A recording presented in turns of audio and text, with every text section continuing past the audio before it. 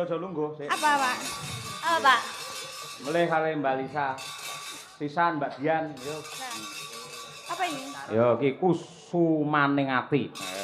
Diganti aja, Pak. Anu. Bukan. Itu pemundutan ya, Pak? Cinta mulia aja, Pak. Cinta mulia. Diganti? Ya. Saya tahu ki ora enak cinta mulia. Itu adanya apa aja, Pak? Kapilut. Aduh. Ayo. Kusumaning ati wi lho. Sama apa itu?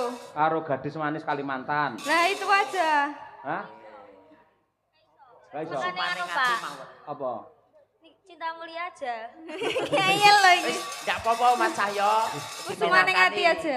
Nggih. Oh, Mbak Tuti kusumaning ati. Apal, Tik? Tik, melek. Ayo. Oke, kali Mbak Elisa kan. Ayo, Tik. Kuatan, Tik. Ayo. Ayo, oke. Diaturake. Nggih. Niki sinden-sinden Madangkara iki wah sak menika perkembangannya luar biasa Mas Gareng. Nggih leres kok ya. Niku Mbak Birgita terus Mbak Winong, Mbak Tuti saniki medal king Madangkara ngoten pas ngriki praene wah bintang tamu menyusul Mbak Elisa. Oh. Leres. Iki tamtune napa? Kusumaning ati napa? Tik, kusumaning ati. Ayo, nggih. Kowe tengah lek ngono, Tik, tengah. Ayo. Mbak Tuti tengah. Ayo, nggih. Pemandu. Nggih. Pemandu PL. Pamundhut kok ya. Lan menika nggih wonten pamundhut ingkang dereng saged kula aturaken nyuwun pangaksami ingkang agung saka akehe. Nggih. Nika kula rut dados tunggal kusumaning ati. Nggih. Monggo dipun aturaken kanca-kanca. Ayo, dados.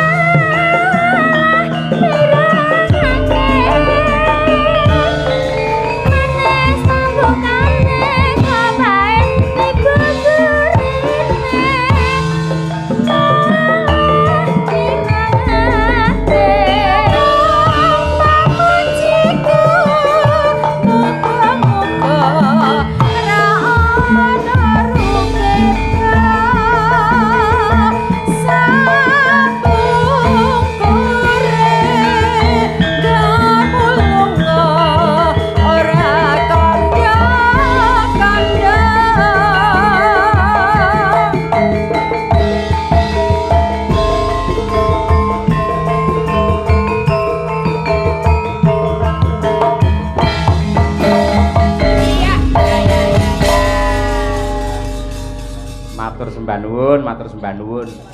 Anak sing meh keri apa? Caksi iki ngersakake angenteni. Ayo. Sake adoh e. Ayo. Tur iki disusul nganti tekan kene Mbak Nadia iki ado-ado kok Blitar. Iya. Terus sing gawe iklan Caksi kuwi ya Mbak Nadia kuwi angenteni langgam. Ya karyane Mbah Mantep. Ya diaturake ya. Sing dikersake ya kuwi Bu Kesi. Dasare ya Bu Kesi gara-gara rung nembang ya ya. Entuke akeh dhewe. Ha ya. Istriku, ayo istriku. Ayo. Jadi ya penggemar ning Ponorogo iki sing akeh. Iya. Malah dhisik Bu Kesi yen karo kowe jaman Suwargi Mbah Anom biyen Ponorogo sinden Kesi ngono kuwi. Ayo. Yo kinantinipun Bu Kesi ben komplit. Ayo, bawa ya, Pak.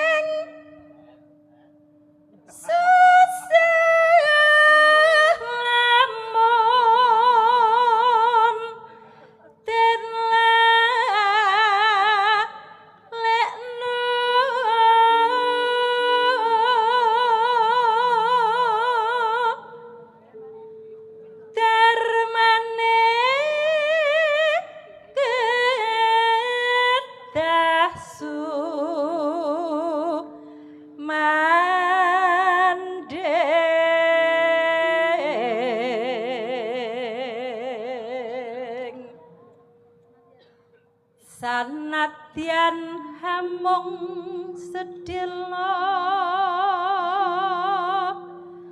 nambani kangeneng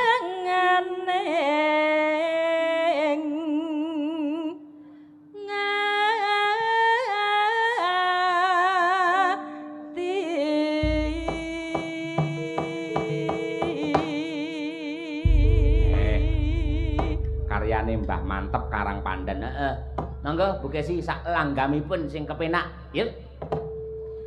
Aku ngenteni tekamu kaya ngenteni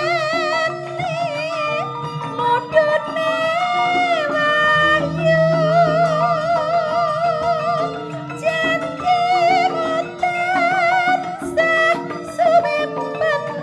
jroning kalbu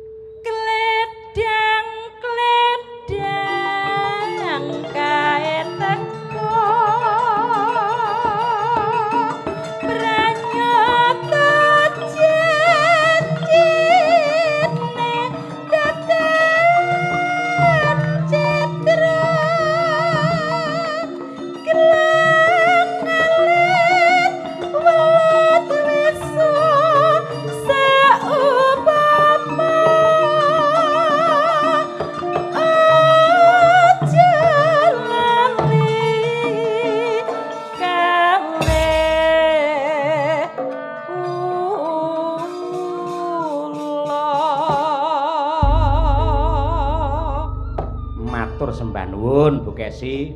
Lan ugi ngaturaken panuwun ingkang tanpa upami dhumateng sedaya para panitia, Pak Kepala Desa, Pak Haji Karsono selaku ketua panitia lan sedaya perangkat warga masyarakat ing Kedung Banteng mriki. Sumrambahipun sedaya para pamirsa.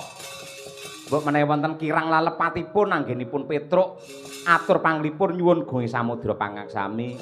Pamit karo kanca-kanca barang Madangkara ya nek klerune selama ini ning panggung linggo jloki kanca-kanca njaluk ngapura. Ayo. Harus sinden-sinden barang njaluk ngapura Mbak Lisa ngapunten nggih. Karo Mas Gareng terima kasih panjang kuyunge. Ayo nggih. Yo mbacut neglari cerita muga-muga bapak anggene mbangun kayangan ana Gunung Tidar bisa sembodo Kang Jinangka rahayu Kang tinemu Basuki Kang Kaesti. Yo.